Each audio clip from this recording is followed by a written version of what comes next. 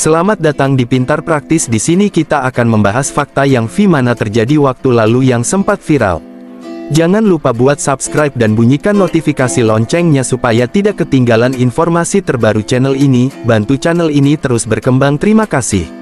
Seminggu kemarin gimana enggak, emang ada aja kelakuan aneh ajaib dari oknum-oknum tidak bertanggung jawab yang membuat kita jadi resah-resah dan gelisah. Nah, contohnya kasus ormas di sini. Yang tahu fungsi ormas silakan ketik di kolom komentar ya, karena seminggu ini berita ormas meresahkan melulu dan agak-agak bikin pusing. Di Bekasi Selatan misalnya ada seorang pegawai fotokopi bernama Arif memberikan bukti CCTV kalau seseorang oknum ormas melakukan pemalakan ke sejumlah tokoh di sana sambil melakukan pengancaman khas seperti kutandai ya. Tokoh ini kemudian yang tidak kalah heboh adalah kasus Migacuan Medan yang digeruduk masa ormas. Dari berita yang berkembang, aksi geruduk ini sudah 5 kali terjadi di lokasi yang sama. Disinyalir aksi ini adalah buntut dari penolakan pihak Migacuan Medan yang tidak ingin memberikan pengelolaan lahan parkir pada ormas tadi. Perebutan lahan parkir sekelas Migacon emang udah sering terjadi nih, karena di Januari lalu juga terjadi hal yang sama. Bahkan lebih parahnya ada loh ojol yang sampai ditimpuk batu bata karena persoalan parkir doang. Kasus parkir seperti ini tentu saja membuat banyak orang berharap pada pihak berwajib untuk melakukan penertiban karena udah jelas meresahkan, dan lagi pula tindakan menarik parkir tadi emang ilegal. Sayangnya sampai sekarang belum ada tindakan jelas dari pihak berwajib. Ya mungkin lagi bersih-bersih internal dulu ya, karena kebanyakan oknum, contohnya si bapak ini nih, oknum polisi meresahkan yang minta 150.000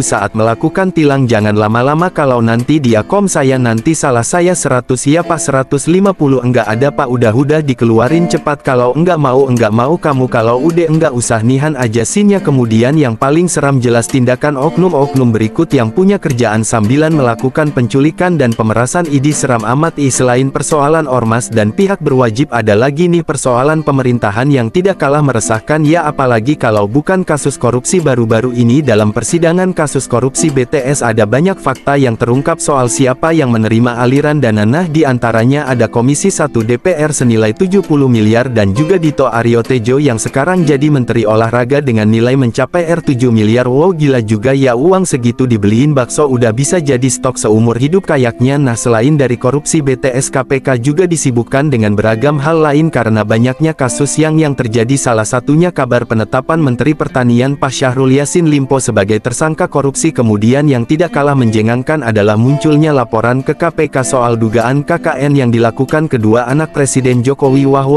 Nah, kasus yang menimpa Gibran dan juga Kaisang ini banyak dikaitkan dengan status politik mereka yang melejit dalam beberapa pekan terakhir, mulai dari rumor Gibran jadi wapres Pak Prabowo sampai dengan status Kaisang yang langsung jadi ketua umum PSI. Ingat ya, ini si orang-orang yang kaitkan kasusnya. Kalau kita mah slow aja, yang penting kasus korupsi diberantas, kita ini udah senang. Oh iya, masih ada satu hal menarik nih, terkhusus untuk Kaisang yang jadi ketum PSI. Dalam sambutannya banyak loh yang membandingkan cara bicara Kaisang dengan gaya bicara Prananda Surya Paloh. Menurut kamu siapa nih yang public speakingnya lebih oke kalau masuk ke dunia entertainment? Nah, apakah meresahkan juga dalam seminggu ini? Jawabannya ya, jelas meresahkan, sebab kasus Lina Mukherjee kembali mendapat perhatian nih. Kalau kamu masih ingat, ada tuh konten kreator dengan nama Lina Mukherjee yang dapat hukuman 2 tahun karena baca bismillah sambil makan babi. Nah, perkara hukum ini menyita perhatian netizen karena hakimnya ternyata kontroversial banget. Pak Hakim Sarjono Turin lumayan buat netizen jadi geram karena menjatuhkan 2 tahun ke Lina tapi malah cuma 7 bulan untuk pelaku pemerkosaan HD. Kira-kira apa ya pertimbangannya? Makanya wajar kalau Kejaksaan Tinggi Sumatera Selatan dianggap tidak profesional. Kalau bicara soal resah dengan penegakan hukum, kita gak bisa bohong sih kalau kita gak resah. Dunia entertainment juga ada satu kasus nih yang ternyata dibuat dokumenter oleh Netflix, yaitu Ice Cold. Dokumenter ini melakukan reka ulang pada kasus kopi sianida yang pernah viral di Indonesia. Nah, bagi kamu yang udah nonton, kasih rating 1-10 dong di kolom komentar. Baik, dari dunia entertainment kita melipir dikitlah ke hal-hal yang sedang viral, bukan cuman meresahkan tapi juga membagongkan. Salah satu contohnya persoalan Tanah Abang yang sekarang lagi sepi. Kondisi Tanah Abang abang ini banyak dikaitkan dengan kehadiran TikTok Shop yang emang keras banget cuy digunakan oleh orang berduit. Contohnya nih Mas Raffi Ahmad yang cuma hitungan menit bisa cuan miliaran rupiah. Hal ini tentu jadi miris ya, karena bisa saja orang kaya makin kaya, yang miskin makin sengsara. Tapi tunggu dulu, penyebab sepinya Tanah Abang juga bukan cuman karena TikTok Shop ya atau adanya jualan online yang muncul, tapi banyak juga yang mengeluhkan persoalan tarif parkir yang gede banget. Tarif parkir gede ini tentu membuat para pelanggan berpikir daripada udah capek dan bayar parkir mending beli online aja ya kan, ongkang-ongkang kaki di rumah paketnya udah datang. Selain persoalan dagangan, banyak juga hal viral yang datang dari kisah asmara. Yup, dari asmara netizen, salah satunya datang dari kisah seorang pria di Pasuruan yang mengamuk karena ditinggal nikah oleh pacarnya. Duh kasihan ya, saking emosinya pria ini bahkan menghancurkan 4 rumah milik tetangganya. Wow, jangan-jangan dia hul. Kalau jadi tetangga si pria jelas jiper sih, enggak ada masalah, malah bisa jadi rugi. Kemudian ada juga kisah perselingkuhan yang digerebek warga di Purworejo. Warga di sana asli asik sih, daripada gebukin si pria mereka malah ngajak si pria ini makan ya, meskipun makan cabe doang sampai mau muntah ye. Bicara hal meresahkan di minggu ini, satu yang paling bikin gemis datang dari dunia pendidikan. Hal yang seharusnya menjadi corong penerus bangsa malah buat geleng-geleng kepala. Gimana enggak, siswa di Cilacap membuli temannya dengan melakukan kontak fisik sadis karena cuman persoalan geng-gengan. Selain itu ada juga nih kasus bocah edan di Demak yang dengan tega membacok gurunya hingga kritis. Persoalan nilainya yang dianggap rendah. Dalam perkembangan kasus ini diketahui kalau si BOC yang melakukan hal keji tersebut harus sekolah dan mencari nafkah. Hal ini emang miris tapi juga tidak membenarkan tindakan siswa pembacok tadi ya. Pokoknya masalah pendidikan ini emang harus jadi perhatian. Gimana kita colek Abang Menti Nadiem? Oh iya, minggu ini ada juga games yang diadakan. Event ini juga viral tapi bukan soal prestasi melainkan penyiaran action games di Indonesia yang cuma beberapa cabur doang. Hal ini jelas bikin sedih banyak atlet sih, karena negara dengan dunia entertainment sekelas Korea aja sampai meliburkan beragam acaranya loh cuman buat action games. Nah itu tuh yang namanya apresiasi penuh. Oke deh, itu tadi video kali ini, sampai jumpa di video berikutnya, bye bye.